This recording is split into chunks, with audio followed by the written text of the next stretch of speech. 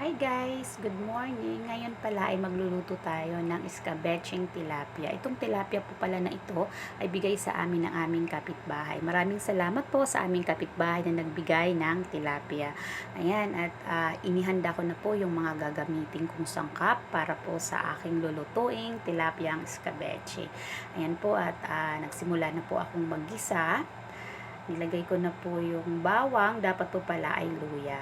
Ayan po, at sinet aside ko na at nilagay ko po yung luya. Then after ng luya, nilagay ko na po yung sibuyas. Ayan na po, tinalo-halo ko na po. At after po ng sibuyas, nilagay ko na po yung carrots. Ayan na po, nilagay ko na po yung carrots. At next naman po ilalagay ko ay ang sili. Then after po ng sili, ang inilagay ko po ay naglagay po ako ng tubig para medyo lumambot po yung ating mga gulay. Then, nagtunaw po ako ng all-purpose flour sa isang maliit na bowl.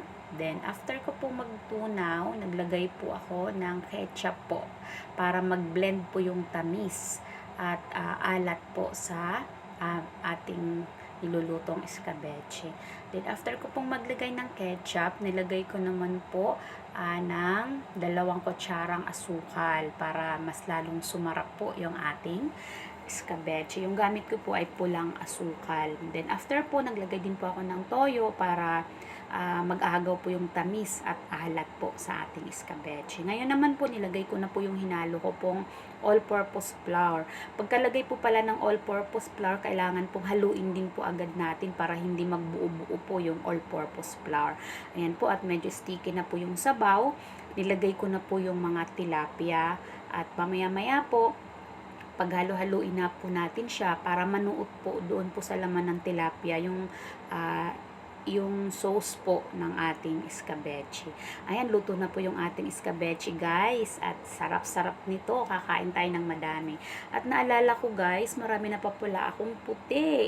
Ayan, alam na this po, tumatanda na ang lola nyo, kaya nag-decide po ako magkulay ng aking buhok bago po ako magsimba, kasi ang simba po namin ay 2 session, 9 to 11 at 2 to 4. Magsisimba po ako ng 2 to 4 p.m. Kaya may time pa po ako para magluto, para magkulay ng buhok, ng kung ano-ano pa, maglinis ng bahay. At ayan na po, at hinalo ko na nga po yung ang oxidizer at saka yung pangkulay, at hinalo-halo ko na po para mag-blend po yung oxidizer at saka yung pangkulay.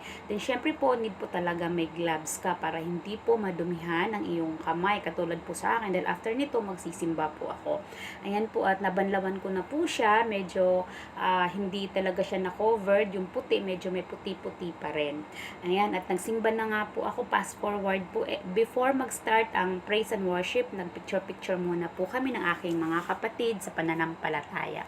Ayan po, nag-start po ang aming fellowship sa praise and worship. Ayan po, at need po natin itong gawin para po sa ating Panginoong Heso Kristo. Then after po ng praise and worship, susundan naman po ito ng roll call. Then after po ng roll call, meron pong mag-share na kapatid po namin ng mga kahangahangang ginawa ng Panginoong Hesus sa kanyang buhay. Then after po ng sharing, susunod naman po yung Word of God na ibinigay po ni Sister Marisa Aguilar. Yung topic po, ang banal na espiritu ang tagapag-alaga ng iglesia.